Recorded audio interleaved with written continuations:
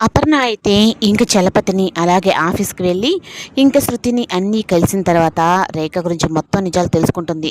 ఆఖరికి ఆఫీస్‌లో వాళ్ళకి జీతాలు కూడా ఇవ్వకుండా, ఆ డబ్బులు కూడా ఇంక రేఖని వినియోగించుకుంటూ ఆఫీస్‌ని కూడా ఇంత ఫ్రాడ్ చేస్తుంది అని ఇంక శృతి ద్వారా తెలుసుకొని, శృతి ద్వారానే రాజ్ గతం గురించి కూడా మొత్తం చెప్పేసిన తర్వాత, ఇంక అపర్ణ అయితే చాలా కోపంగా వచ్చి ఇంట్లోకైతే వచ్చి రేఖ మీద అయితే అరుస్తుంది.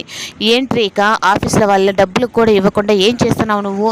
ఇదేనా నువ్వు బాధ్యతలు తీసుకొని చేసింది? దుగ్గురాల కుటుంబం పరువుని తీస్తున్నావు అంటే నువ్వు ఎక్కువ మాట్లాడకుండా ఇక్కడి నుంచి వెళ్ళిపో" అన్నట్టుగా, ఇంక కనీసం ఒక పెద్దామి అన్నట్టుగా కూడా లేకుండా చాలా హీనంగా మాట్లాడుతుంది రేఖ. ఇంక ఇదంతా చూస్తూ కూడా ఇందు అయితే ఏం మాట్లాడకుండా అలాగే ఉంటే, ఇంక అపర్ణకైతే చాలా కోపం వస్తుంది. "ఏం ఇందు, మీ అమ్మ పోలికలు వచ్చి ఉన్నాయి అని చెప్పి నన్ను అనుకోవడం కాదు. మీ అమ్మ ఒక విషయానికి దాన్ని ఎలా రియాక్ట్ అవుతుందో అది కూడా నేర్చుకోవాలి. అంతేగాని ఇప్పుడు ఆఫీస్‌లో వాళ్ళు అంత ఇబ్బంది పడుతున్నారు అంటే నువ్వు బాధ్యతలు తీసుకొని దాన్ని చక్కబెట్టవా?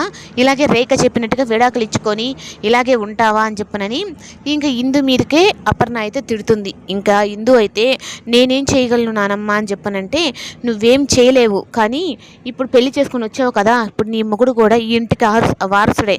తను ఎవరో కాదు, నీ బావ, మీ అత్త కొడుకు తను" అని చెప్పని అనేటప్పటికి ఇంకా ఇందుకైతే మాత్రం సంతోషమే అనమాట. ఇంకా రేఖ అయితే ఈ విషయాలన్నీ తెలుసుకొని, "ఏంటి, నీ మనవడు గురించి చెప్తున్నావా? అలాగే నీ మనవడు మనవరాలు ఇద్దరు పెళ్లి చేసుకుని చాలా హ్యాపీగా ఉన్నావా?